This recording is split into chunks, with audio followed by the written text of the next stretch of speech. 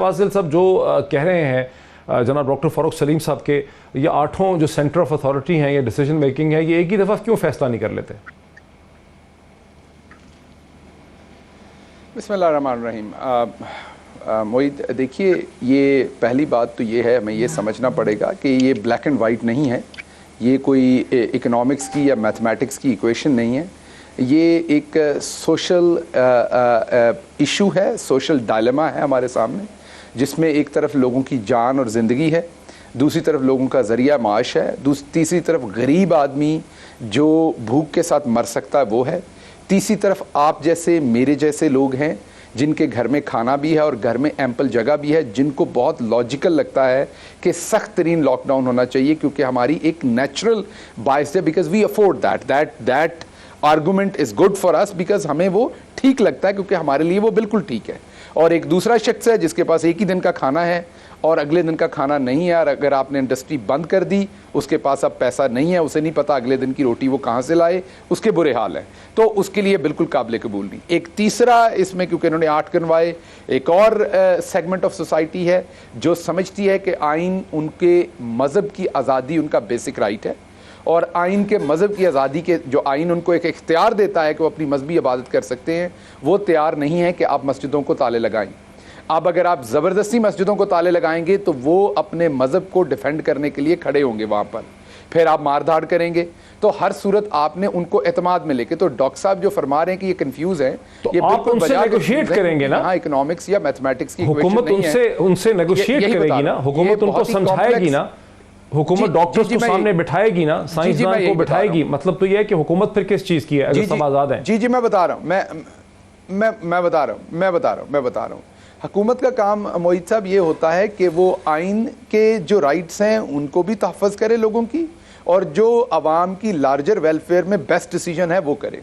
हुकूमत ने तमाम उसमें जो NCC में डिस्कशन होती है उसमें डॉक्टर्स भी मौजूद थे जिन्होंने ब्रीफिंग दी, तमाम लोगों से डिस्कशन करके पाकिस्तान के मरूजी हालात को देखते हुए कि यहाँ पे जो गरीब है उसको आप कंटिन्यूस लॉकडाउन में नहीं रख सकते। एहतियात का आलम मैं बता देता हूँ। पहली बात तो आपको पता है कि मैं ख़ुद मेरा दरसो तदरीस से ताल्लुक़ है, तो उस हिसाब से मैं डॉक्टर्स की बहुत इज़्ज़त करता हूँ, और इस टाइम तो डॉक्टर्स की और भी इज़्ज़त करना हम पे इसलिए फ़र्ज़ है कि वो फ्रंट लाइन के ऊपर अपनी जान को भी सामने ना रखते हुए अपने ये फ़राइज़ अंजाम दे रहे हैं, तो इसलिए डॉक्टर्स की इज़्ज़त हम सब ने करनी। हैविंग सेड दैट, मैं ये बात क्लियर कर दूं कि कल की प्रेस कॉन्फ्रेंस देख लें डॉक्टर्स की और आज की प्रेस कॉन्फ्रेंस देख लें। कल की प्रेस कॉन्फ्रेंस माज़रत के साथ कुछ लोगों ने कहा कि जी मैंने उसमें सियासत की बात की तो बहुत गलत कर दी, वो इसलिए की कि जो चीफ मिनिस्टर सिंध के मीडिया के ऑफिस है वो कल की प्रेस कॉन्फ्रेंस का मीडिया को मैसेजेस भेज रहा था, जो आज मैंने ट्वीट भी किया, इसलिए मैंने उसे जोड़ा कि ये सिंध हुकूमत सियासत कर रही है। डॉक्टर्स को कुछ नहीं कहा, मैंने सिंध हुकूमत को कहा जो ये सब कुछ कर रही। दूसरी बात, उस प्रेस कॉन्फ्रेंस को देखें और आज की देखें, क्योंकि वहां पर सबसे पढ़े लिखे लोग बैठे हुए हैं। मजहब में तो चले हम इस टाइम स्टीरियोटाइप कर रहे हैं ना कि मजहब में शायद आप ना कह रहे हो, लेकिन बहुत सारे लोग 2-3 इशू खोल दिए, कहने की कोशिश करते हैं कि उन्हें कोई परवाह नहीं, उन्हें कोई परवाह नहीं। एक मिनट बात कर लीजिए, बात कंप्लीट कर लीजिए। आपने 2-3 इशू खोल दिए। कल की प्रेस कॉन्फ्रेंस देखिए, आपने 2-3 इशू खोल दिए। मैं जानना चाह रहा था मंजर अब्बास की तरफ, आखिरी जुमला आप जाइए, लेकिन आखिरी जुमला आप कल की प्रेस कॉन्फ्रेंस देखिए और आज की देखिए, क्या लोगों के दरमियान 6 फीट का फासला था? कल की प्रेस कॉन्फ्रेंस आज की देखिए, जो सामने साफी हजरात बैठे हुए हैं, क्या वहां पे? तो जनाब, हमें पूरी कौम को एहतियात करनी है, हम कोई भी एहतियात नहीं करते, ये बात सच है। हमें एहतियात करनी है, और एहतियात जो है वो ना हमारे, जब हम मेडिकल के लोगों को देखते हैं वहां पे प्रॉपर एहतियात हो रही है, आज की ना हमारे पॉलिटिशियन प्रॉपर एहतियात कर रहे हैं, ना मीडिया के लोग कर रहे हैं। मैंने आज की प्रेस कॉन्फ्रेंस देखी, मैं क्विकली डॉक्टर साहब का इस पे रद्द-ए-अमल लेना चाह रहा हूं, गिल साहब मुझे लेने दीजिए। डॉक्टर शहबाज गिल साहब, हम तो जब प्राइम मिनिस्टर ये कहते हैं कि मुझे एक हिकमत अमली से स्मार्ट लॉकडाउन करना है, तरीके से चलना है, हम तो उस आर्गुमेंट को सपोर्ट करने की कोशिश कर रहे हैं कि जो स्मार्ट लॉकडाउन है वो डिफरेंशिएट करेगा कि स्कूल का रिस्क ज़्यादा है, कॉलेज का रिस्क ज़्यादा है, यूनिवर्सिटी का रिस्क ज़्यादा है, असेंबली हॉल का रिस्क है, शॉपिंग मॉल का रिस्क है, जिम्नेजियम का रिस्क है, पब्लिक ट्रांसपोर्ट का रिस्क है, हवाई जहाज़ में बैठने का, एक कंटेनर वाली जगह में बैठने का रिस्क है, और मस्जिद का भी उसी तरह से रिस्क है। लेकिन एक केमिस्ट शॉप का, एक रिटेलर का, एक करियाना स्टोर का वो वाला रिस्क जो है वो नहीं है। तो शहबाज गिल साहब, हुकूमत ने जब एक लॉजिक ले डाउन की है तो फिर किसी वजह से भी हुकूमत अपनी बेसिक साइंटिफिक लॉजिक को वायलेट तो नहीं कर सकती, कभी आइन का सहारा लेके, कभी कानून का सहारा लेके? मोहित देखिए, बात यह है कि ये सारी डिस्कशन कब शुरू हुई। हमारे डॉक्टर हजरात, हमारी दूसरी सारी, अगेन मैं किसी को इल्ज़ाम नहीं दे रहा, मैं एक तो हमारे यहाँ हम सबको आज़ादी चाहिए राय की, लेकिन दूसरे की राय को हम आज़ादी में नहीं लेते। उसको हम कहते हैं हमला कर दिया उसने। भाई आपके पास अगर आज़ादी है तो मेरे पास भी राय रखने की आज़ादी है ना, मुझे भी राय देने दीजिए किसी चीज़ पे अगर मैं राय रखता हूँ। मैं तो सिर्फ ये गुजारिश करता हूँ कि मुझे भी राय देने दीजिए, खुद भी राय दीजिए।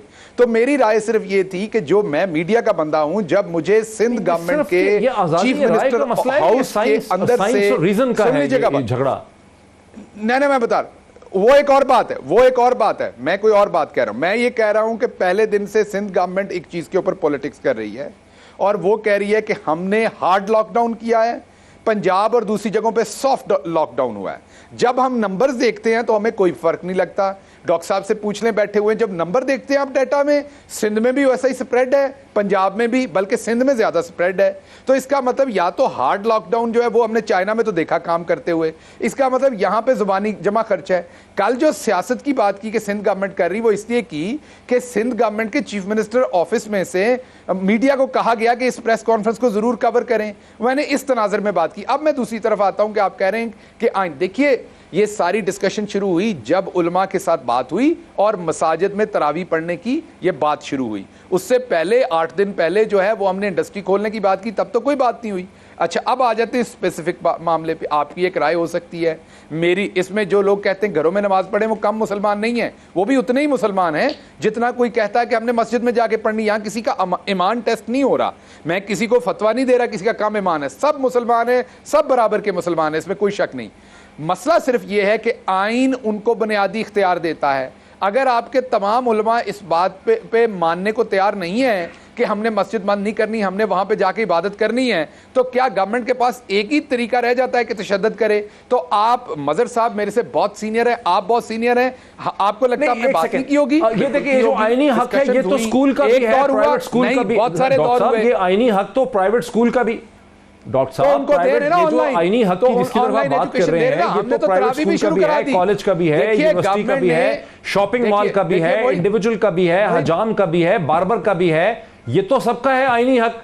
खाली मजहबी रहनुमाओं का आईनी हक तो नहीं है ना। इशू ये है मोहित, इशू ये है कि आप इंटेलेक्चुअली आप भी जिस चीज को इस टाइम मैं पैडल कर रहा हूं, आप उसके अगेंस्ट बिलीव कर रहे हैं, विच इज परफेक्टली रॉन्ग। जैसे मैंने आपको कहा, हम सब बराबर के मुसलमान हैं, इसलिए शायद मैं आपको कन्विंस ना कर सकूं, तो मैं सिर्फ अपना पॉइंट ऑफ व्यू दूंगा यहां पर। डॉक्टर शहबाज गिल साहब, आपकी तरफ आता हूं। आपने पिछली डिस्कशन सुनी, क्या वज़ीर आज़म अपने फैसले को रिव्यू करेंगे? और जैसा आपने बाकी पार्टिसिपेंट्स को सुना, क्या ये हुकूमत जो है इमरान खान साहब की, वो डाटा की बेसिस पे, साइंस की बेसिस पे, मेडिकल एडवाइस की बेसिस पे एक लॉजिकल फैसला करेगी, या वो अपने आप को छुपाएगी आइन और कानून के पीछे? मोहित, एक तो ये बहुत बड़ी गलतफहमी है कि जो डिसीजंस हुए हैं वो डाटा की बेस पे नहीं हुए, साइंटिफिकली नहीं हुए। आज भी प्राइम मिनिस्टर साहब ने ये एक्सप्लेन किया कि तमाम डिसीजन मेकिंग में जो डॉक्टर्स हैं, एक्सपर्ट्स हैं, उनकी राय ली गई, फिर ग्राउंड रियलिटीज़ देखी गई। अपने मुल्क की अभी कहा गया कि क्या हुकूमत क्या कोई डाटा, ये जज्बाती बातें डाटा, तो क्या लोगों के भूखा मरने की बातें जज्बाती हैं? ये डाटा नहीं है। मेरे बहुत मोहतरम है, सीनियर है, मजहर साहब कह रहे थे, मेरे सवाल का तो जवाब ही नहीं देते डॉक्टर साहब, इसका कोई डाटा मौजूद नहीं है। तो क्या हमें नहीं पता, क्या हमें नहीं पता कि लोग गरीब हैं और बहुत सारे लोग 4 लाख मसाजिद में अगर 100 लोग भी जाएं। पहली बात ये पहली बात डॉक्टर साहब, अगर 4 लाख मसाजिद में 100 लोग जाएंगे तो 4 करोड़ लोग घर से बाहर जाएंगे, अगर 50 लोग जाएंगे तो 2 करोड़ लोग जाएंगे। पहली बात तो ये है, पहली बात यह है मोहित, पहली बात आपको सिर्फ इतनी है कि हुकूमत ने तमाम जो डिसीजंस किए हैं वो सारों को कंसेंसस में लेके, सबसे बात करके, डाटा को सामने रख के, एक्सपर्ट्स को ओपिनियन रख के सारे के सारे डिसीजन लिए। दूसरी बात बार बार पाकिस्तान के मीडिया में कही जाती है कि जी सऊदी अरेबिया में बंद कर दी गई मस्जिदें। सऊदी अरेबिया के हालात और हैं। सऊदी अरेबिया में ना डॉक्टर मोईद ने बैठे होना था इस टाइम टेलीविजन पे, ना किसी ने डिस्कशन कर रहे होना था, ना आपने मुझसे ये सवाल पूछ पा रहे होना था। तो अगर तो आपको वो निजाम चाहिए तो फिर वो निजाम नाफिज कर लें मुल्क में। पाकिस्तान का जो आइन है वो लोगों को फंडामेंटल राइट देता है, मुझे आइन के तहत लोगों की तरफ चले दें, उसी आइन में जो हमें पावर है हम उस पे कर रहे हैं। जंगल का कानून नहीं है। वो जो हमारे पास कैपेसिटी उसमें उलमा से मशावरत करके हमने उनको भी देखा, हमने ये भी देखना कि हमारा मजदूर ना भूखा मर जाए। तो सारी चीजें देख के हमने ग्राउंड रियलिटीज पे डिसीजन लिए। सबकी